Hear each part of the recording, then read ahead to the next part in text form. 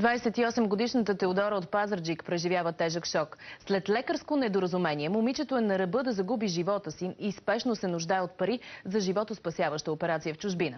Лекарската интервенция е насрочена за 19 април. Сумата от 60 000 лева се оказва непосилна за семейството й. Теди е жизнена млада жена, спортува активно, радва се на живота. Изведнъж всичко се преобръща. Преди 3 години се появява малко образование на гърба и за което лекарите казват, че ако ни пречи, няма смисъл да се маха. Миналата година в края на август започва много бързо да расте. И в октомври месец ми направих една операция в България.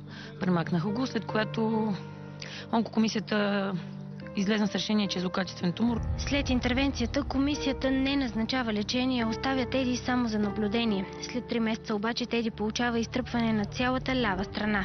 Лекарите в Пазарджик установяват голям излив на течност в белия дроб. На 10-ти ден, който трябваше да направя проверовачен преглед, пак при тях, се оказа, че дроба ми отново е пълен с вода. Следват множество консултации. Теди е насочена за лечение към Анадолския център в Истанбул. Там и правят пълни изследвания. Разбраха, че водата е дори злокачествена. Видях разсейки в дроба, на диафрагмата имам разсейки, метастази и на гърба отново.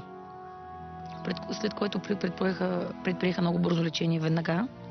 Тоест, докато си чакала и си била под наблюдение, всъщност се е появил рецидив, който рецидив е разраснал с метастази вътре, в организма. Да, точно така.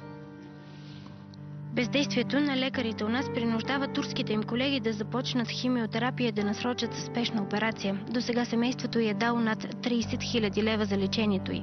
Лекарите в Истанбул дават надежда за нейното бъдеще. 100% гаранция ми да, че ще оздравее. Теди нито за миг не е падала духом. Отдавна е простила на лекарите, които са пропуснали нарастващия тумор. Ето защо не казва имената им. Теди продължава да вярва, че това е поредното препятствие в живота й.